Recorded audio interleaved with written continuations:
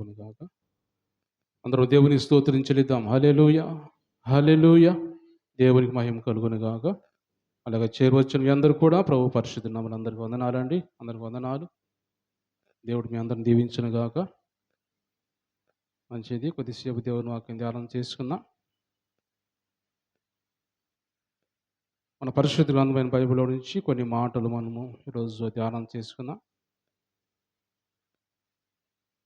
మత్తయి సువార్త 17వ అధ్యాయం. మత్తయి సువార్త 17వ అధ్యాయము మొదటి నుంచి కొన్ని వచనాలు మనం చదువుకుందాం. 6 దినములైన తర్వాత యేసు పేతురును, యాకోబును, అతని సహోదరుడైన యోహానును వెంటబెట్టుకొని ఎత్తయిన ఒక కొండ మీదికి ఏకాంతముగా పోయి వారి ఎదుట రూపాంతరం పొందెను.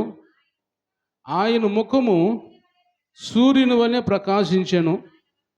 ఆయన వస్త్రములు వెలుగు వలె తెల్లనివాయెను. ఇదిగో, మోషేయు ఏలియాయు వారికి కనపడి ఆయనతో మాట్లాడుచుండిరి. అప్పుడు పేతురు, ప్రభువా, మనం ఇక్కడ ఉండుట మంచిది. నీకిష్టమైతే ఇక్కడ నీకొకటియు, మోషేకొకటియు, ఏలియాకొకటియు 3 పర్ణశాలలు కట్టుదునని యేసుతో చెప్పాను. అతడు ఇంకనూ మాట్లాడుచుండగా ఇదిగో, ప్రకాశమానమైన ఒక మేఘము వారిని కమ్ముకొనెను. ఇదిగో, ఈయన నా ప్రియకుమారుడు, ఈయన యందు నేను ఆనందించుచున్నాను, ఈయన మాట వినుడని ఒక శబ్దము ఆ మేఘంలో నుండి పుట్టెను. చాలా మంచి ప్రార్థన చేసుకుందాం. దేవుడి వాక్యం ద్వారా మనతో మాట్లాడినట్టుగా ప్రార్థన చేసుకుందాం. అందరు కళ్ళు మూసుకుందాం. పరిశుద్ధుడా, ప్రేమమయుడా, జీవాధిపతి అయిన దేవా, జీవము కలిగిన దేవా, పరిశుద్ధుడా, మీ శ్రేష్టమైన ఘనమైన నామాన్ని బట్టి మీకు వందనాలు, స్తుతులు, స్తోత్రాలు, కృతజ్ఞతలు చెల్లించుకున్నాం ప్రభువా. ఇంతవరకునైనా గడిచిన ఆదివారం నుంచి ఆదివారం వరకునైనా మీ సన్నిధి మాకు తోడుగా ఉంచినైనా ఈ రోజు మీ సన్నిధిలో ఈ విధంగా చేరి ప్రభా మీ నామాన్ని స్తుతించి మహింపరిచి ఘనపరిచే భాగ్యం మాకు ఇచ్చిన దేవా, నీకు వందనాలు చెల్లించుకున్నాం ప్రభా.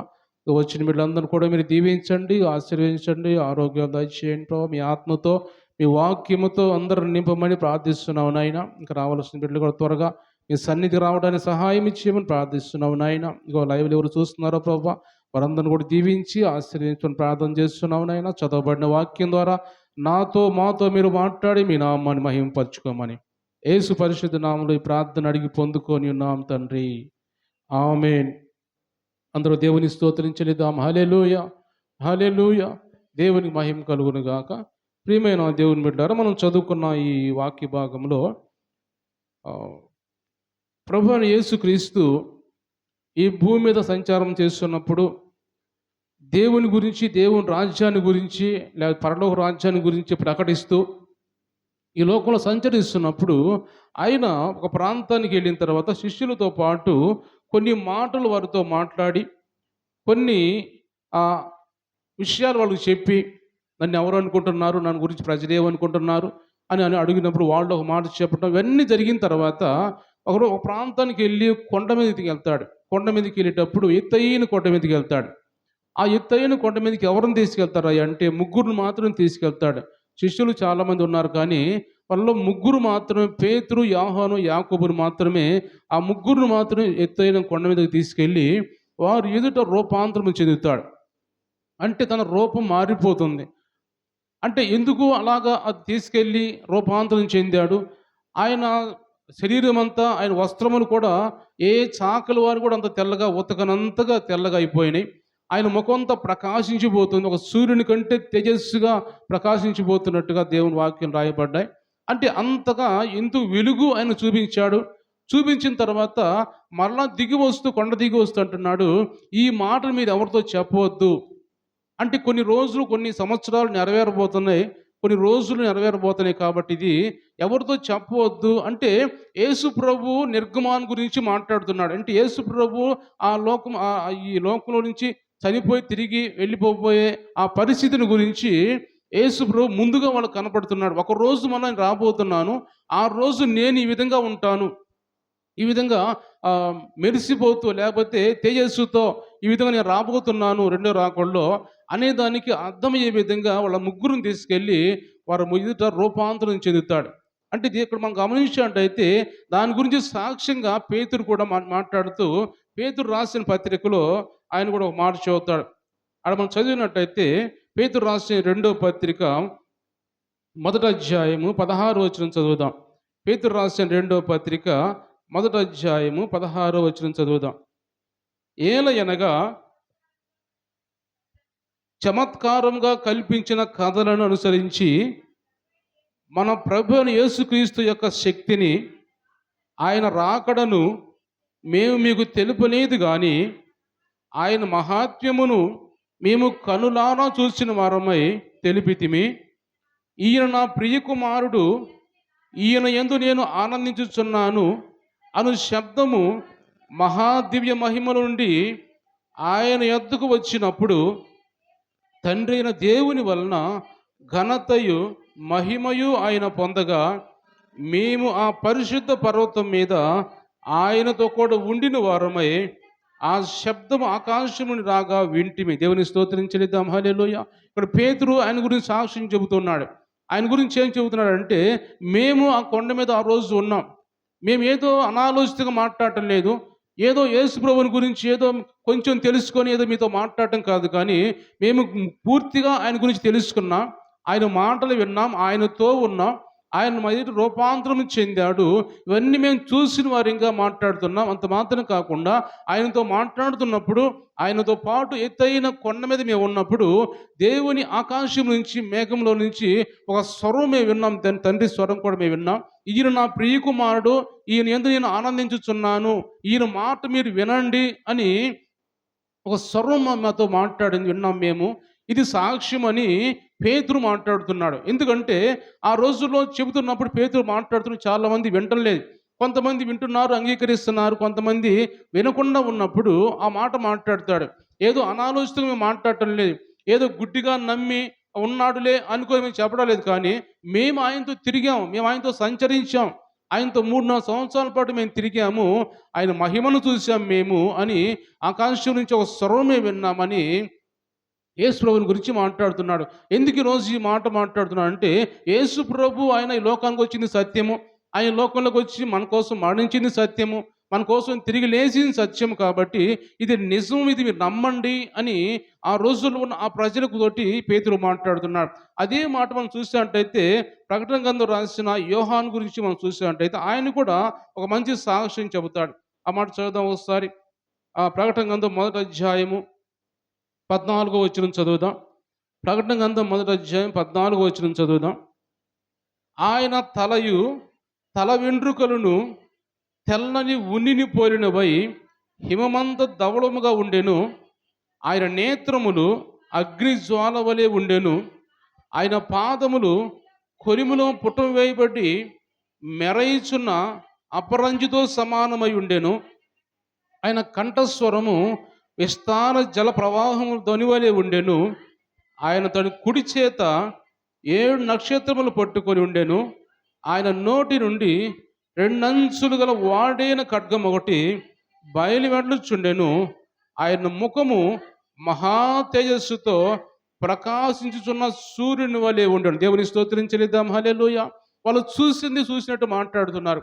మేము చూసాము, ఆయన ముఖము సూర్యుని కంటే తేజస్సుగా ఉంది. ఆయన గురించి వర్ణిస్తూ ఉన్నాడు. ఆ సమయంలో కూడా అప్పుడు చూసిందే కాకుండా ఆ యోహాను ప్రకటన గ్రంథం రాస్తూ ఆయన దేవుడు అతనితో దూత మాట్లాడుతున్నప్పుడు ఒక్కసారిగా వెనుదిరుగు చూశాడంట యోహాను. ఎవరు నాతో మాట్లాడుతుంది అని వెనుదిరుగు చూసినప్పుడు ఒక స్వరం ఆయన వినపడుతుంది, ఒక రూపం ఆయన కనపడింది. అది చూసిన వెంటనే, ఆ స్వరం విన్న వెంటనే యోహాను మూర్ఛిల్లి పడిపోయాడంట. మూర్ఛిల్లి పడిపోయి, అంటే ఒక స్పృహ కోల్పోయిన వాడుగా పడిపోయాడు.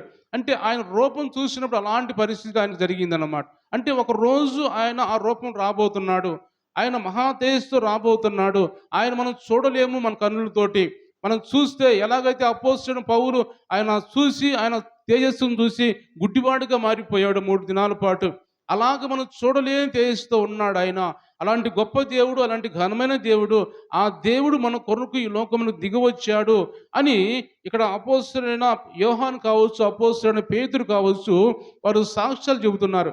మేము ఆయనతో ఉన్నాం, మేము ఆయనతో జీవించాం అని మాట్లాడుతూ యేసు ప్రభు గురించి మాట్లాడుతున్నాడు. అంటే యేసు ప్రభు ఈ లోకానికి వచ్చిన తర్వాత ఆయన్ని కనపరుచుకుని అందరికి కనపరుచుకోలేదు, కానీ ఆయన తేజస్సు ఏమిటో, ఆయన మహిమ ఏమిటో అందరూ తెలియపరచలేదు, కానీ కొద్ది మందిగా తెలియపరిచాడు. ఇది మీరు మౌనంగా ఉండండి, ఇది మీరు అందరూ చెప్పమాకండి, ఇది ఒక రోజు మళ్ళీ జరగబోతుంది అని అంటే మనం చూసినట్టయితే ఆ రోజు ఏం ఏం మాట్లాడుతున్నారు. యేసు ప్రభు వచ్చిన తర్వాత యేసు ప్రభు ఆ కొండ మీద ఉన్నప్పుడు మోషే, ఏలియా వచ్చి యేసు ప్రభుతో మాట్లాడుతున్నారంట. ఏం మాట్లాడుతున్నారు అనేది ఇక్కడ మనం చదువుకున్న మత్తయి సువార్తలో రాయబడలేదు, కానీ ఏం మాట్లాడుతున్నారో అది లూకా సువార్త 9వ అధ్యాయంలో మనం చూసినట్టయితే అక్కడ లూకా రాస్తాడు. అక్కడ మనం చూద్దాం ఆ మాట ఒకసారి. 9వ అధ్యాయము 31వ వచనంలో అక్కడ వాళ్ళు ఏం మాట్లాడుతున్నారు యేసు ప్రభుతో పాటు. వారు మహిమతో అగపడి ఆయన యెరూషలేములో నెరవేర్చబోవు నిర్గమమును గూర్చి మాట్లాడుచుండని పేతురును అతనితో కూడా ఉన్నవారును నిద్రమత్తుగా ఉండిరి. వారు మేలుకొనినప్పుడు ఆయన మహిమను ఆయనతో కూడా నిలిచి ఉన్న ఇద్దరు పురుషులను చూసిరి. దేవుని స్తోత్రం చెల్లిద్దాం. హల్లెలూయా. ఇక్కడ వాళ్ళు వచ్చి ఏలియా వచ్చాడు, మోషే వచ్చాడు, వచ్చి యేసు ప్రభుతో మాట్లాడుతున్నారు కొండ మీద. రూపాంతరం చెందినప్పుడు వాళ్ళిద్దరూ వచ్చి ఏం మాట్లాడుతున్నారంటే ఇక్కడ మత్తయి సువార్తలో రాయబడలేదు, కానీ లూకా సువార్త ఏం రాయబడ్డారంటే ఆయన నిర్గమమును గురించి మాట్లాడుతున్నారంట. అంటే యేసు ప్రభు ఈ పట్టణాల నుంచి, ఇజ్రాయెల్ దేశాల నుంచి, ఈ భూమి మీద నుంచి నిర్గమమైపోవచ్చు, అంటే విడిచిపెట్టిపోవచ్చున్నాడు. ఈ లోకాన్ని విడిచిపెట్టిపోయే సమయం వచ్చింది కాబట్టి దాని గురించి మాట్లాడుతున్నాడు. అది ఒక రోజు, అది సమయం రాబోతుంది కాబట్టి అని 3 దినాల పాటు ఆయన భూగర్భంలో ఉంటాడు, 3 దినాలు లేస్తాడు. ఇవన్నిటి గురించి సంభాషణ చేసుకుంటారంట వాళ్ళు. ముందు జరగబోయే దాని గురించి మాట్లాడుకుంటున్నారు. ఆ మాటలు మాట్లాడుకుంటూ ఉన్నప్పుడు వీళ్ళు చూసి, యోహాను లేకపోతే యాకోబు, పేతురు చూసి వాళ్ళు ఏమంటున్నారంటే, ప్రభువా మనం ఇక్కడే ఉందాం, ఇంకా నీకొకటి, మోషేకొకటి, ఏలియాకొకటి పర్ణశాలలు కడదాం, ఒక గుళ్ళు అంటే ఒక గోపురం లాంటివి కడదాం, మేము కడతాం, ఇక్కడే మీరు ఉండండి అంటున్నాడు. అంటే అక్కడ దేవుడు ఏం మాట్లాడుతున్నాడు అంటే, ఇక్కడ మనం ఉండటానికి కాదు దేవుని ఈ లోకానికి వచ్చింది. ఏదో కొండ మీదకి వెళ్ళి కొండ మీద గుళ్ళు కట్టుకొని ఆ గుడుల్లో నివసించి అందరు నా దగ్గరికి రావాలి అనటానికి నేను వచ్చింది భూమి మీదకి. నేను భూమి మీదకి ఎందుకు వచ్చానంటే అనేక మంది దగ్గరికి వెళ్ళాలి, నేను అనేక మంది దర్శించాలి. అనేక మంది బలహీనులు ఉన్నారు, అనేక మంది నశించిపోతున్నారు, పాప జీవితాలు ఉన్నారు, వాళ్ళందరి దగ్గర నేను వెళ్ళడానికి వచ్చాను. కానీ కొండ మీద, ఎత్తైన కొండ మీదకి వెళ్ళి గుడులు కట్టుకొని ఆ గుడులు నివసించాలని నేను రాలేదు పేతురు అని పేతురుతో మాట్లాడుతున్నాడు. అంటే యేసు ప్రభు ఎందుకు ఈ లోకానికి వచ్చాడు అంటే ఒక మాట మనం చూసినట్టయితే దాని గురించి కూడా మాట్లాడుతూ యేసు ప్రభు అంటాడు, పేతురుతో అంటాడు. మత్తయి సువార్త 16వ అధ్యాయంలో మనం చూసినట్టయితే మత్తయి సువార్త 16వ అధ్యాయము 23వ వచనం చదువుదాం. అక్కడ కూడా పేతురు వైపు తిరిగి, నా వెనుకకు పొమ్ము, నీవు నాకు అభ్యంతర కారణమై ఉన్నావు, నీవు మనుషుల సంగతుల్ని తలంచున్నావు కానీ దేవుని సంగతులను తలంపై ఉన్నావని పేతురుతో చెప్పిన. దేవుని స్తోత్రం చెల్లిద్దాం. హల్లెలూయా. ఇక్కడ యేసు ప్రభు పేతురుతో అంటున్నాడు. పేతురు ఏమంటున్నాడు? పేతురు ఆలోచన ఏముంది? ప్రభా నువ్వు వచ్చి గుడి మీద, కొండ మీద ఉండు, కొండ మీద నీకు గుడి కడతాను, ఆ గుడిలో నువ్వు ఉండు ప్రభా అని అంటున్నాడు. అంటే యేసు ఏమంటున్నాడు అంటే, నువ్వు మనుషుల సంగతి ఆలోచిస్తున్నావు కానీ దేవుని సంగతి గురించి నువ్వు ఆలోచించట్లేదు. దేవుడు ఎందుకు ఈ లోకం నన్ను పంపాడు, దేవుడు ఎందుకు ఈ లోకాన్ని నేను వచ్చాను పంపించాడు అని దాని గురించి నువ్వు ఆలోచన చేయటం లేదు. నేను వచ్చింది ప్రజల కోసం వచ్చాను. ప్రజలు నేను ఎక్కడో ఉంటే వాళ్ళ దగ్గర రావడం కాదు, కానీ నేను వచ్చాను, నేను పరలోక రాజ్యంలో ఉన్నవాడు, నేను ఆ రాజ్యాన్ని విడిచిపెట్టి, సింహాసనం విడిచిపెట్టి ఈ భూమి మీదకి ఎందుకు వచ్చానంటే మనుషుల మధ్య సంచరించడానికి, మనుషులతో ఉండడానికి, పాపుల మధ్య కూర్చొని వాళ్ళతో మాట్లాడడానికి, వాళ్ళ జీవితాలు మార్చడానికి వచ్చాను పేతురుతో మాట్లాడుతున్నాడు. మనుషుల సంగతులు ఆలోచన చేస్తున్నావు కానీ దేవుని సంగతులు ఆలోచన చేయండి. ఈ రోజులు చాలా మంది కూడా మనుషుల సంగతుల గురించి, మన సొంత ఆలోచన గురించి, సొంత పనుల గురించి, వీటి గురించి ఆలోచన చేస్తున్నాం కానీ దేవుని సంగతుల గురించి, దేవుడు ఎందుకు ఈ లోకానికి యేసుక్రీస్తుని పంపించాడు, ఆయన ఎందుకు ఈ లోకానికి దిగి వచ్చాడనే సంగతుల గురించి చాలామంది ఆలోచన చేయటం లేదు అంటున్నాడు ఇక్కడ వాక్యంలో. మనం దేని గురించి ఆలోచించాలి? రాత్రి కాలం ఒక మంచి శ్రేష్టమైన వాక్యం దేవుడు మాట్లాడాడు. మరియ గురించి, మార్త గురించి మాట్లాడుతూ మరియ శ్రేష్టమైన దాన్ని, ఉత్తమమైన దాన్ని ఎన్నుకుందంట. అంటే అది ఆమె దగ్గర నుంచి తీసివేయబడదు అన్నాడు. అంటే ఏది ఎన్నుకుందామే? ఏది ఎన్నుకుందంటే దేవుడు వాక్యం ఎన్నుకుంది.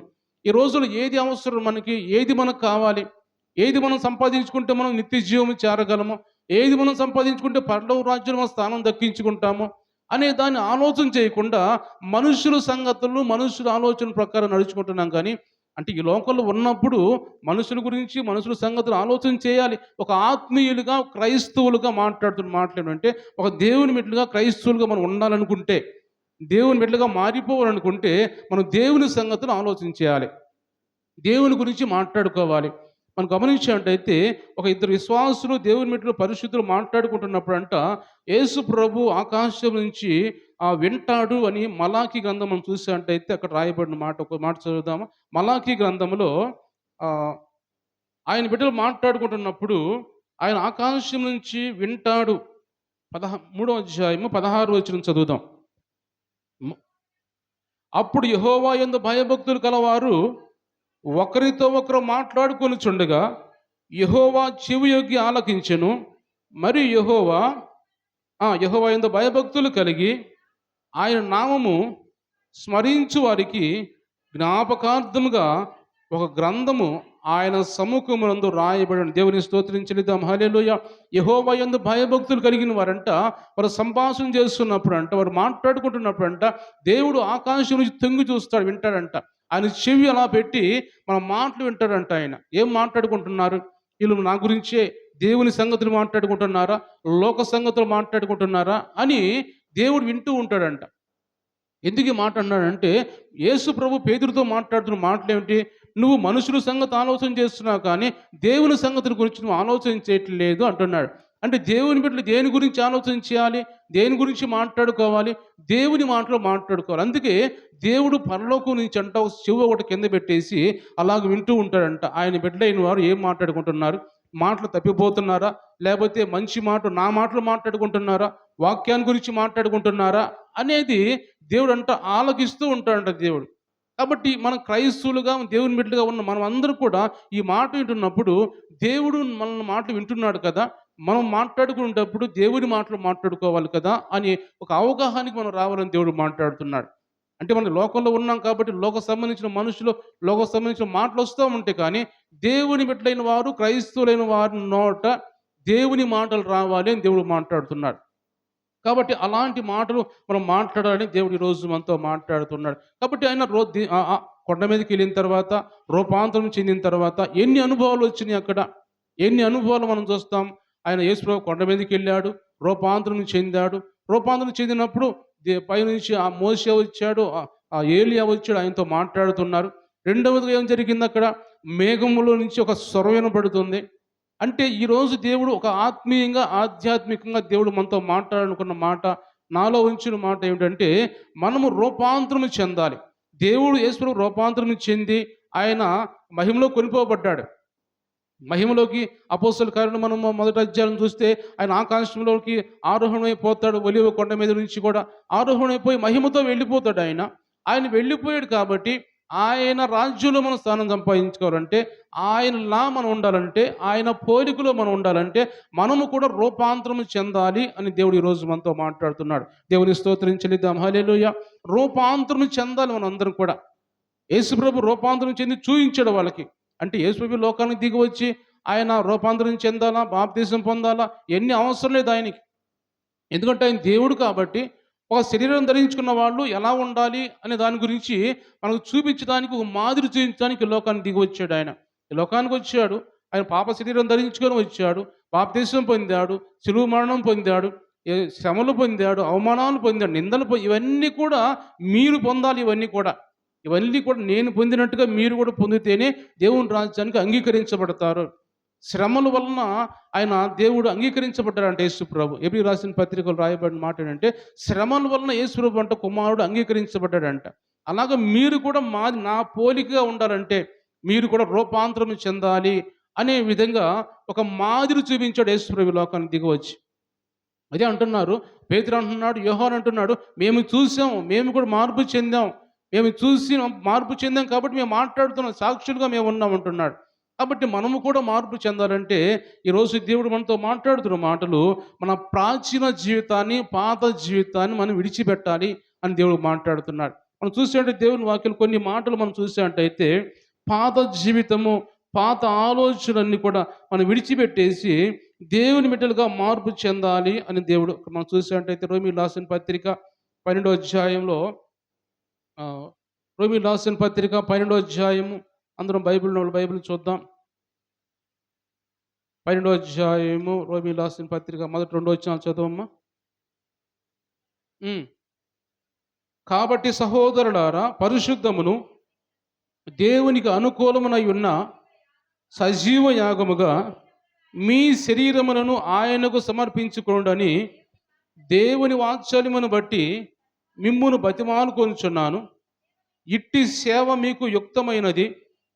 మీరు ఈ లోక మర్యాదను అనుసరింపక ఉత్తమమును అనుకూలమును సంపూర్ణమునై ఉన్న దేవుని చిత్తమేదో పరీక్షించి తెలుసుకున్నట్లు మీ మనస్సు మారి నూతన మగుట వలన రూపాంతరం పొందిడి. దేవుని స్తోత్రం చెల్లిద్దాం. హల్లెలూయా.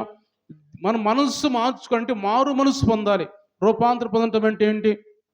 మారు మనసు పొందటం. మన పాత జీవితాన్ని విడిచిపెట్టి నూతన జీవితం రావటం, పాత స్వభావాన్ని విడిచిపెట్టి నూతన స్వభావం ధరించుకోవటం. అంటే పాత జీవితాన్ని విడిచిపెట్టి మీరు రూపాంతరం చెందండి. ఏది అనుకూలమో, ఏదో ఉత్తమమో, దాన్ని ఏది సంపూర్ణమో అది దేవుని చిత్తమేదో మీరు తెలుసుకొని మీరు రూపాంతరం చెందండి అంటున్నాడు దేవుని వాక్యంలో. అంటే మనం ఈ లోకంలో ఉన్నప్పుడు, మనం ఈ లోకంలో సంచరిస్తున్నాం, ప్రజల మధ్య ఉంటున్నప్పుడు ఏది మనం వినాలో, ఏది వినకూడదో, ఏది చేయాలో, ఏది చేయకూడదో, ఏది అవసరమో, ఏది అవసరం లేనిదో అన్ని మనం గమనించి ప్రజల మధ్య సంచరించాలి మనం. అంటే మనం ఇవన్నీ మనం ఆలోచన చేసి దేవుడు మనకి ఏది అప్పగించాడు, మీరు ఏం చేయాలి, దేవుని బిడ్డైన వారు ఎలా ఉండాలి, ఎలా నడుచుకోవాలి, ఎలా జీవించాలి, ఇవన్నీ మనకి దేవుడు చెప్పేశాడు. ఇవన్నీ దేవుడు మనకి ముందుగానే చెప్పేశాడు అన్ని విషయాలు కూడా. వాటిని మనం అనుసరించి నడుచుకో. దేవుని ప్రజల మధ్య ఉన్నప్పుడు మనం ఇష్టానుసారంగా మనం నడుచుకోకూడదని దేవుడు మాట్లాడుతున్నాడు. అంటే మనం రూపాంతరం చెందిన వారిగా అయిపోవాలి. రూపాంతరం చెందండి మీరు, ఈ ప్రాచీన స్వభావం విడిచిపెట్టండి, పాత జీవితాన్ని విడిచిపెట్టండి మీరు అని దేవుడు ఇక్కడ మాట్లాడుతున్నాడు. ఇంకా మనం గమనించండి దేవుని వాక్యంలో ఎఫెసీయులకు రాసిన పత్రిక, అంతకంటే ముందు ఒక మాట చదువుదాం. కొరింథీయులకు రాసిన రెండో పత్రిక, కొరింథీయులకు రాసిన రెండో పత్రిక 3వ అధ్యాయం 18వ వచనం చదువుదాం.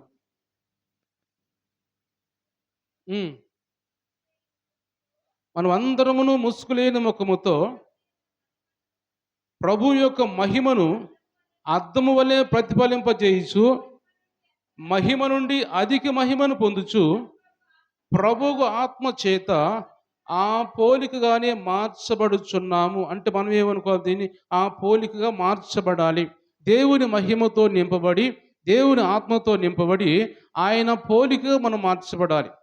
ఆయన ఎలాంటి పోలికతో ఉన్నాడో, ఆయన ఏ స్వభావం ధరించుకొని లోకానికి దిగి వచ్చాడో అలాంటి స్వభావం మనం ధరించుకొని ఆయన పోలికగా, అంటే ఆయన మహిమతో మనం నింపబడాలని దేవుడు మాట్లాడుతున్నాడు. దేవుని మహిమ మనకి ఇస్తాడు. మన ప్రభు నీ మహిమ కావాలి ప్రభు అంటే ఆ మహిమ మనకి ఇస్తాడు. అంటే దేవుని వాక్యంలో యేసుప్రభు అంటున్నాడు.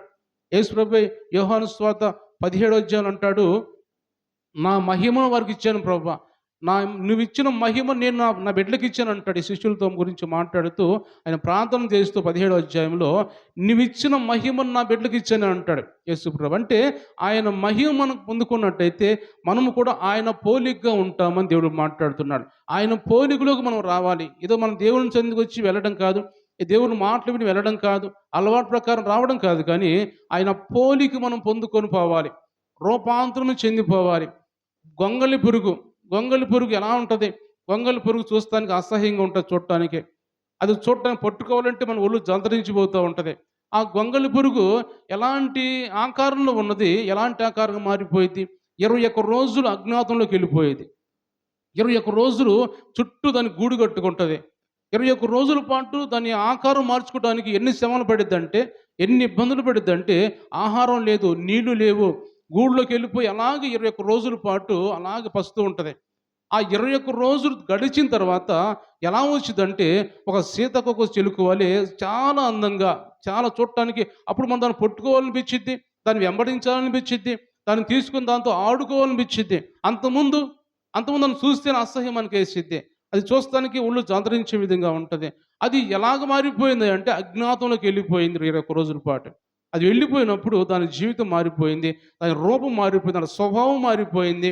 అంటే రూపాంతరం చెందిందది. రూపాంతరం చెంది ఒక ఆకారం మారిపోయింది దానికి. మంచి ఆకారం వచ్చింది. చూడటానికి చాలా అందంగా వచ్చినట్టుగా మనం గమనిస్తాం. దేవుని స్తోత్రం చెల్లిద్దాం. హల్లెలూయా!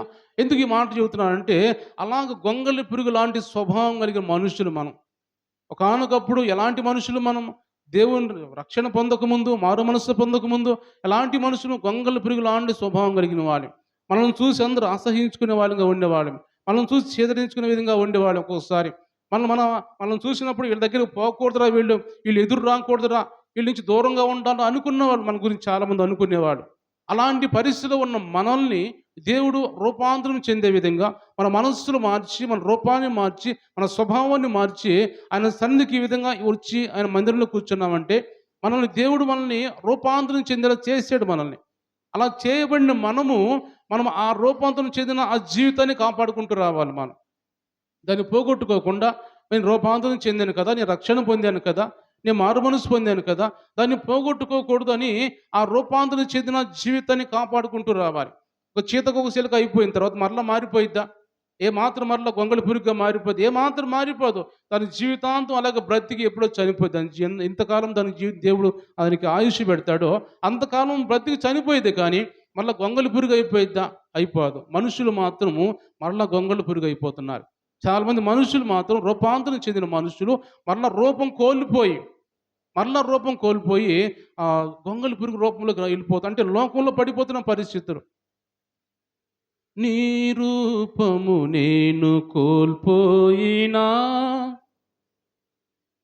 నీ రక్తముతో కడిగితివి. నీ రూపము నేను కోల్పోయినా, నీ రక్తముతో కడిగితివి. నేను పాడదాం.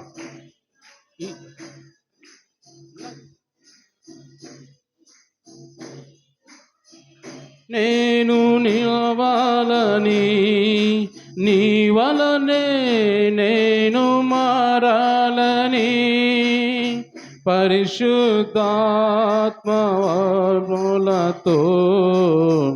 అలంకరించుచున్నావు. నీరాకడకై నిరంతరం నీతోనే జీవించాలనే ఆశ నన్నెలా బ్రతికించుచున్నది. చీకటిలోనే నున్నప్పుడు నీ వెలుగు నాపై ఉదయించెను. చీకటిలోనే నున్నప్పుడు నీ వెలుగు నాపై ఉదయించెను.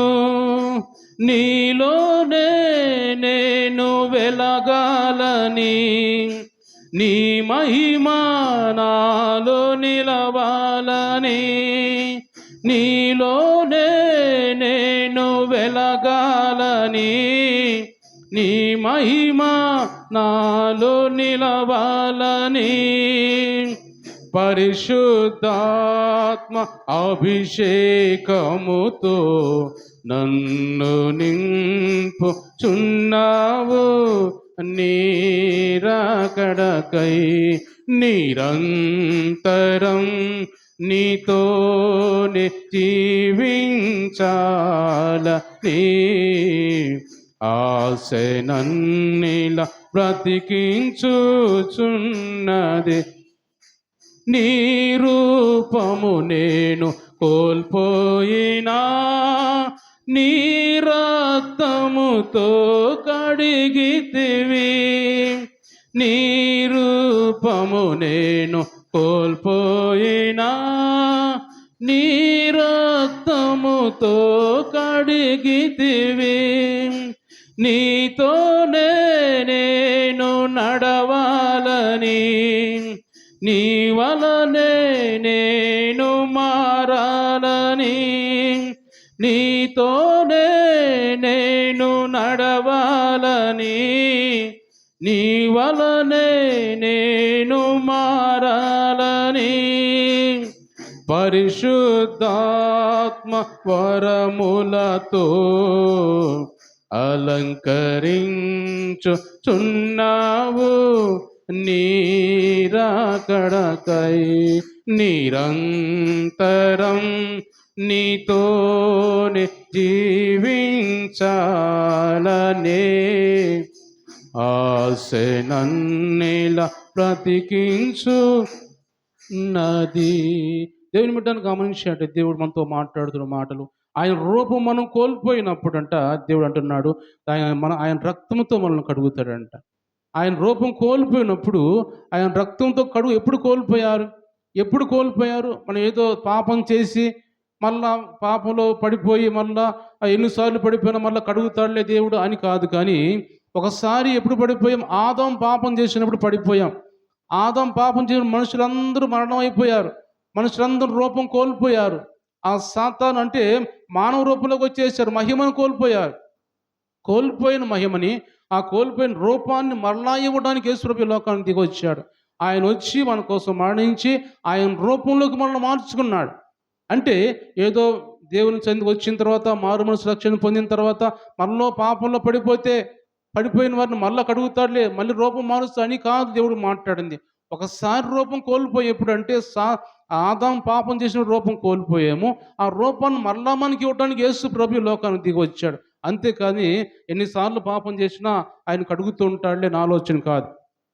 కాబట్టి ఈరోజు దేవుడు మనతో మాట్లాడుతున్న మాటలు, చీకట్లో ఉన్న మనల్ని ఆశ్చర్యకరమైన తన వెలుగులోకి నడిపించుకున్నాడు.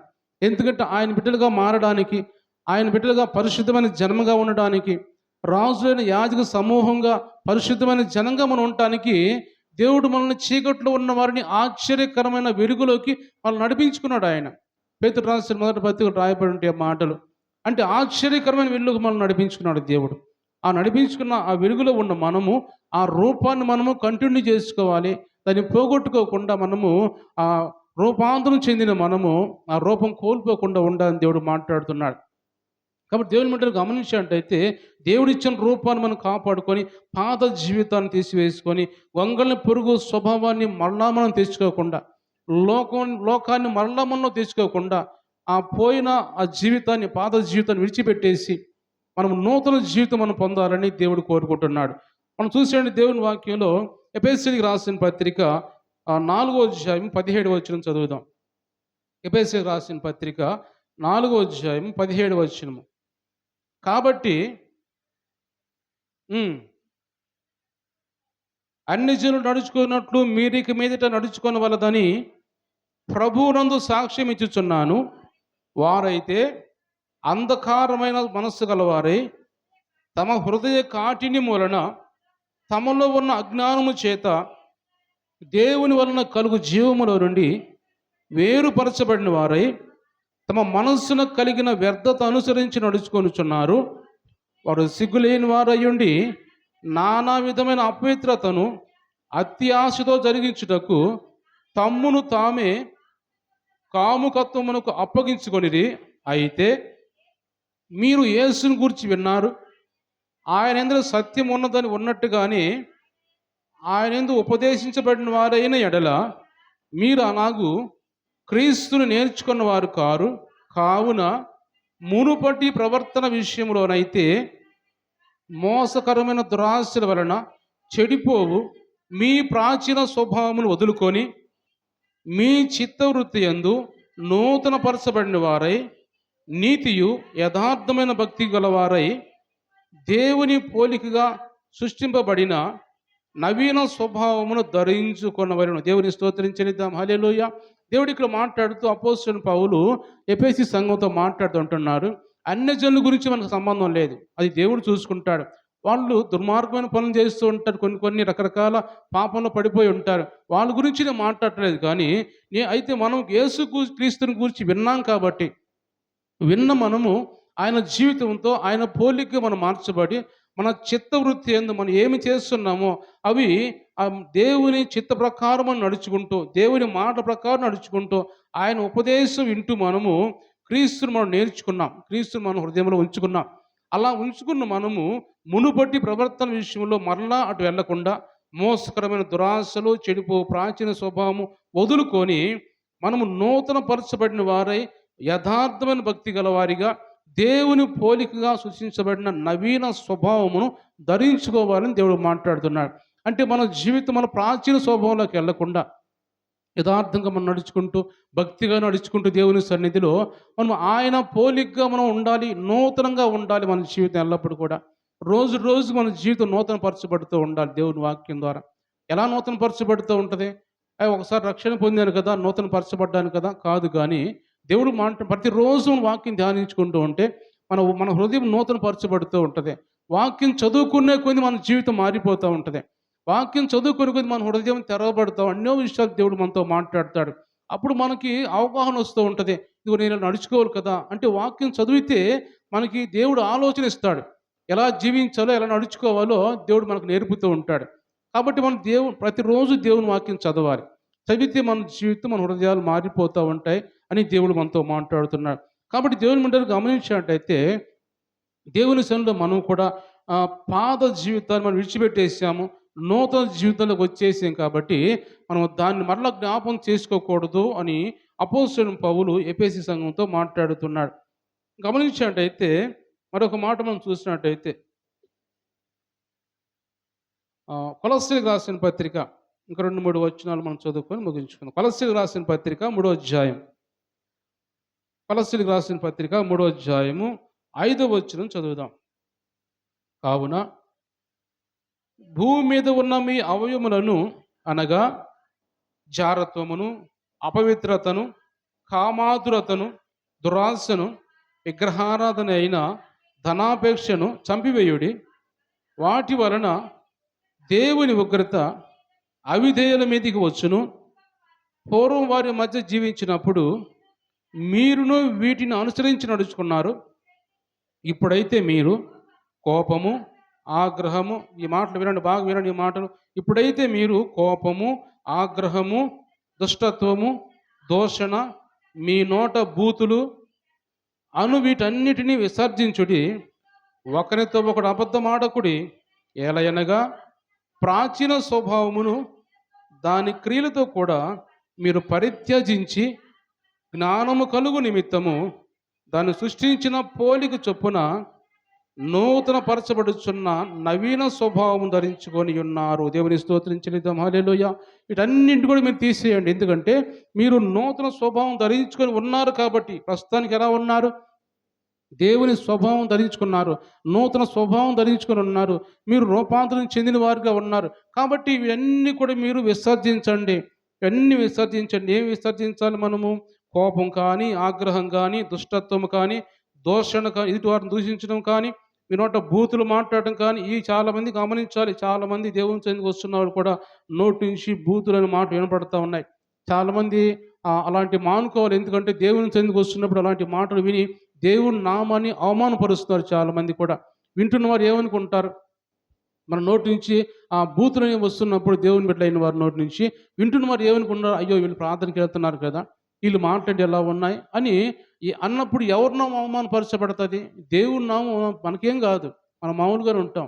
దేవుని నామం అవమానపరచబడుతుంది. కాబట్టి ముఖ్యంగా దేవుని చెందుకు వస్తున్న ఈ సంఘానికి వస్తున్న బిడ్డలతో నేను మాట్లాడుతున్నాను.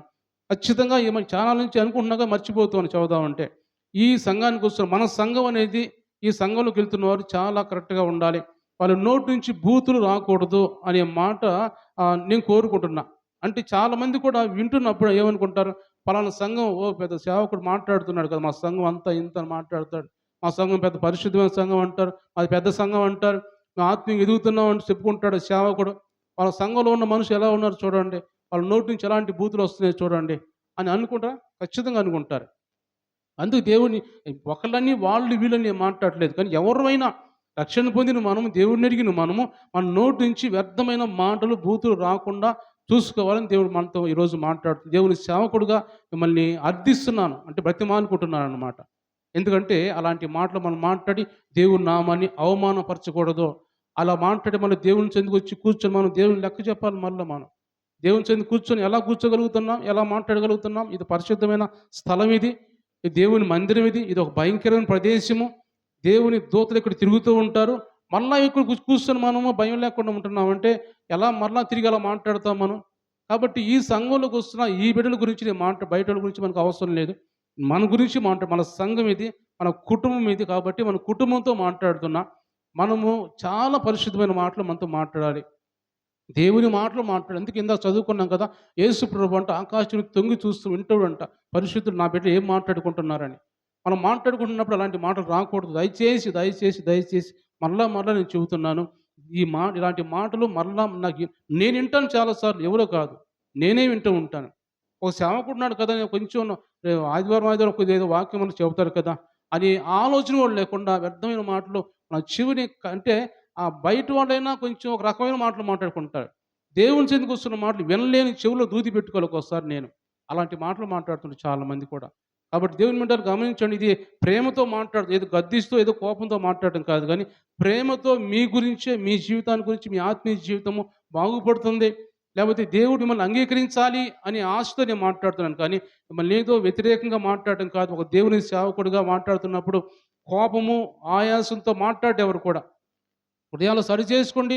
దేవుడు మిమ్మల్ని అంగీకరించాలి, మా కోరిక, మా ఆశ. ఎందుకంటే ఆ కొలస్సీయులకు రాసిన పత్రికలో దేవుడు అపోస్తలుల పౌలు ఒక మాట మాట్లాడతాడు, మిమ్మల్ని పరిపూర్ణమైన వారుగా చేసి ఒకరోజు దేవుని ఎదుట నిలవబెట్టాలి మేము, అది ఆశ, మాకు ఇంక రెండు ఆశ లేదు అని వాక్యం రాయబడింది. అంటే మిమ్మల్ని పరిపూర్ణమైన ఆత్మ కలిగిన వారిగా చేసి దేవుని ఎదుట నిలబెట్టాలి మిమ్మల్ని, ఆ ఆశ తప్ప రెండు ఆశ మాకు లేదు అని ఆ పౌలు మాట్లాడినట్టుగా నేను కూడా అదే మాట్లాడుతున్నాను. ఆ ఆశతోనే నేను చెబుతున్నాను.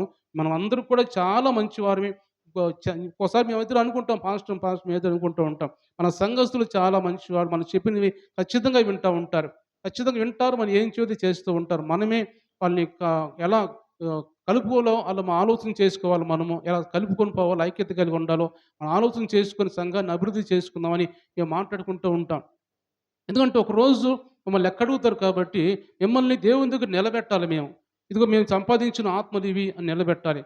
అలా మేము ఉండాలని ఆశ, అంత తప్పది ఇంక మరొక ఆలోచన, మరొక కోపం కానీ ఇంకా ఏమి మాలో లేదు అని దేవుని సన్నిధిలో, దేవుని మందిరంలో, లేకపోతే ఒక పరిశుద్ధమైన స్థలం నిలబడి మేము మాట్లాడుతున్నాను. నాలో ఇగో కోపం కానీ లేకపోతే ఇంకా ఏదో విధంగా నేను చెప్పట్లేదు, కానీ దేవుని సేవకుడిగా మాట్లాడుతున్నాను. కాబట్టి ఈ మాటలు ఒక్కసారి జాగ్రత్తగా వినండి.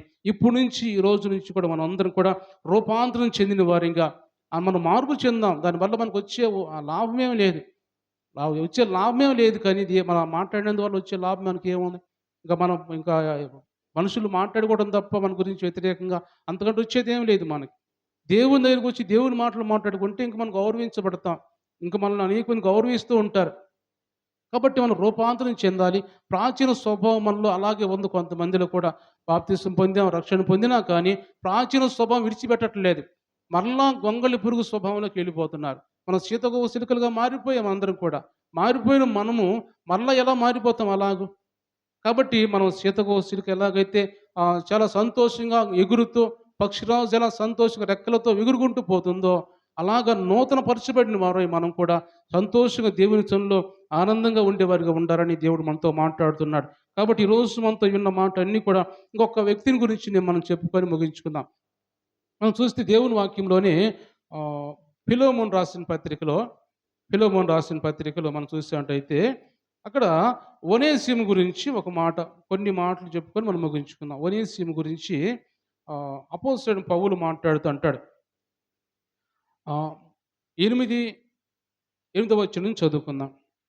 కావున యుక్తమైన దానిని గూర్చి నీకు ఆజ్ఞాపించుటకు క్రీస్తునందు నాకు బహుధైర్యం కలిగి ఉన్నను, వృద్ధుడను, ఇప్పుడు క్రీస్తు యేసు ఖైదీనై ఉన్న పౌలును నేను ప్రేమను బట్టి వేడుకొనుట మరీ మంచిదనుకొని నా బంధకముల్లో నేను కనిన నా కుమారుడగు ఒనేసిము కోసరము నిన్ను వేడుకొనుచున్నాను.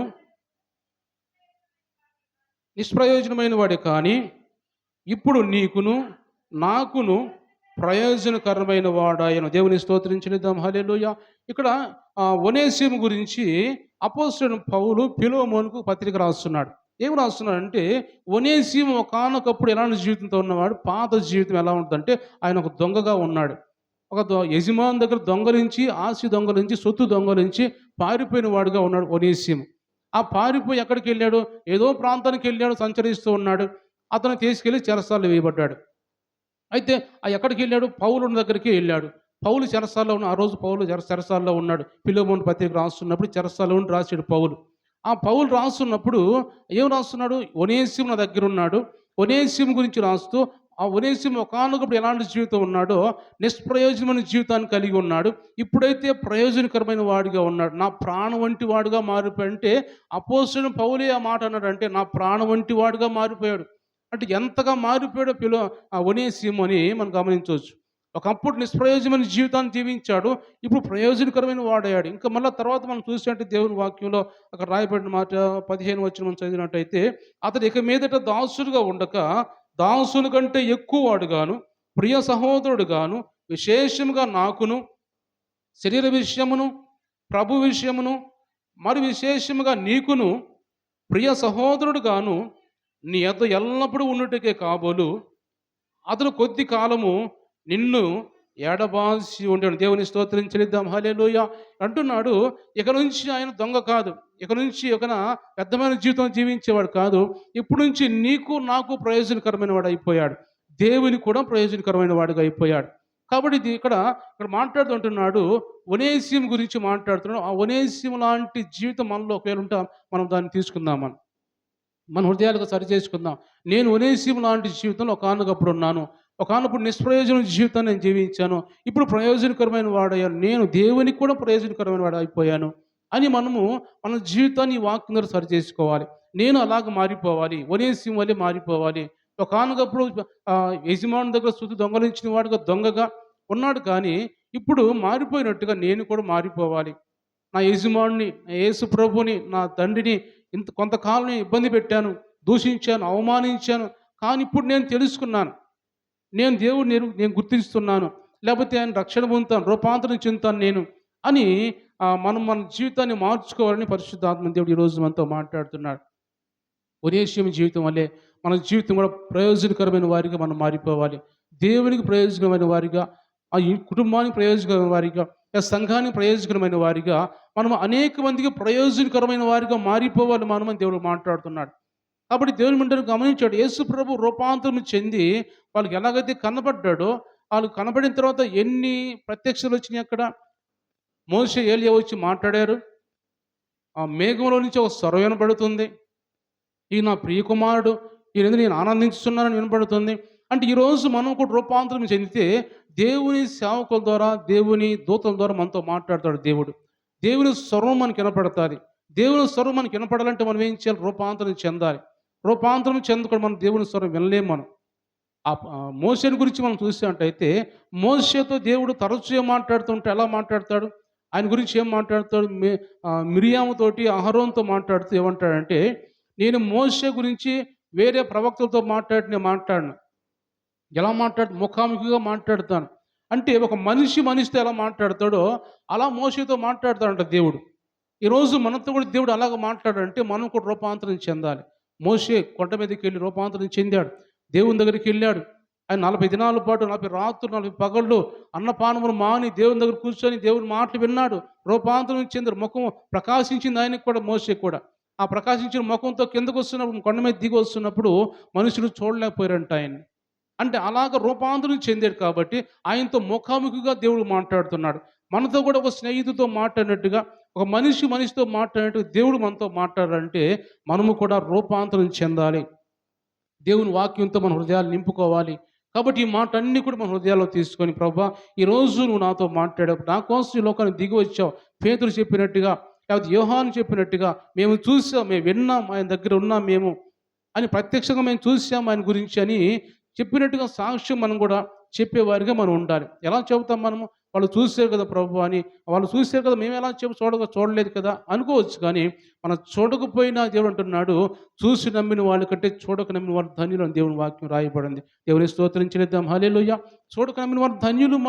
మనం చెబితే చాలామంది వింటారు. ఇంకా నేను చూశాను, దేవుడు నాతో మాట్లాడాడు, నా జీవితాన్ని మార్చాడు అని మనం ఒక సాక్షులుగా మనం వాడబడాలి దేవుని సన్నిధిలో.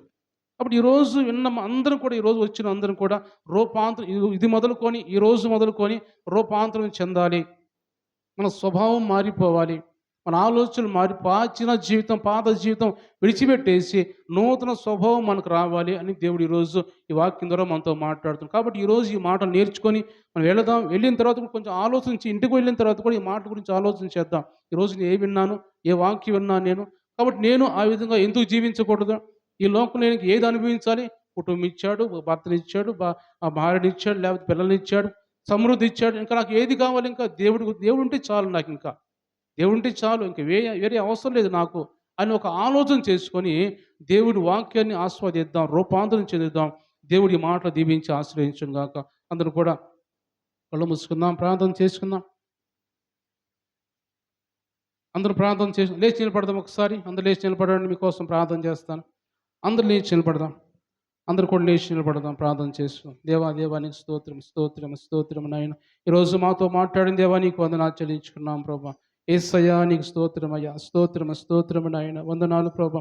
మా కోసం ఈ లోకానికి దిగి వచ్చిన ఆయన, ఇదిగో నా జీవితము వహించిన ఆయన అయ్యా, మా కోసం ప్రభా నాయన అయ్యా దిగి వచ్చింది, మరణించింది, రక్తం కాల్చింది దేవుడు నాయన. మీకు వందనాలు ప్రభు అని అందరూ కూడా యేసు ప్రభుని స్తుతిస్తూ దేవుని ఘనపరుస్తూ మనం అందరూ కూడా కొద్దిసేపు ప్రార్థన చేద్దామా.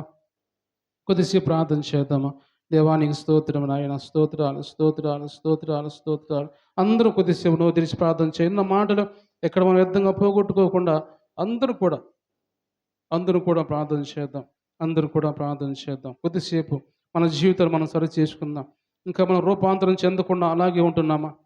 ఇంకా మనం రూపం మార్చుకోకుండా అలాగే ఉంటున్నామా? మన జీవితాన్ని మార్చుకోకుండా ఎంతకాలం అలాగే ఉంటాం మనం? ఎంతకాలం ఇంకా దేవుని దుఃఖపరిచే వారిగా మనం ఉంటాం? మన జీవితాన్ని మార్చుకొని, ఎందుకంటే దేవుడు మన కోసమైనా ఈ పరలోక రాజ్యాన్ని విడిచిపెట్టి లోకానికి దిగి వచ్చింది దేవుడు. గొంగళి పిరుగు లాంటి జీవితాన్ని మనం మార్చుకొని, సీతకు ఊసిలికి ఎలాగైందో అలాగే మన జీవితం మార్చుకోవాలని దేవుడు ఈ లోకానికి దిగి వచ్చాడు. ఆయన పరిశుద్ధమైన దేవుడు, ఆయన నమ్మదగిన దేవుడు. ఆయన ఈ లోకానికి దిగి వచ్చి మన కోసం మనకు నెమ్మది ఇవ్వడానికి, మన జీవితాలు మార్చడానికి శిలువలో ఆయన్ని కరిగిపోయిన దేవుడు, ఆయన ప్రాణం అర్పించిన దేవుడు. ఆయన అందరూ కూడా అలాగే దేవుని సన్నిధిలో ప్రార్థన చేద్దామా. దేవానికి స్తోత్రం నాయన. వందనాలు చెల్లించుకున్నాం ప్రభా. యేసయ్యా ఈరోజు నాతోనూ మాట్లాడవయ్యా. నేను కూడా ఒకనొక ఒనేసియం వల్లే ఉన్నాను. ఒనేసియం వల్లే నిష్ప్రయోజనమైన జీవితాన్ని జీవించాను. కానీ ప్రభా ఈరోజు ప్రయోజనకరమైన వాళ్ళుగా మేము మారిపోవాలని ఆశపడుతున్నాను ప్రభా అని అందరూ కూడా దేవుని సన్నిధిలో యేసయ్యానికి స్తోత్రం నాయన. స్తోత్రం నాయన. వందనాలు ప్రభు. అందరూ కూడా దేవుని సన్నిధిలో ప్రార్థన చేద్దామా. యేసు నీకు మహోన్నతుడా నీకు వందనాలు. దయగలిగిన దేవా నీకు వందనాలు. మాతో మాట్లాడిన దేవా నీకు వందనాలు. నా జీవితాన్ని నీకు అప్పగించాలని ఆశపడుతున్నాను ప్రభా. నా జీవితం పూర్తిగా నేను బ్రతుకాలం అంతా కూడా నాయన అయ్యా ఒక సీతకు ఒక చిలుకు వలే ప్రభా నా జీవితాన్ని మార్చుకొని ప్రభా వెనుదిరిగి చూడకుండా ప్రభా నా జీవితాన్ని మీకు అప్పగించాలని ఆశపడుతున్నాను ప్రభా అని అందరూ కూడా దేవుని సన్నిధిలో ప్రార్థన చేద్దాం.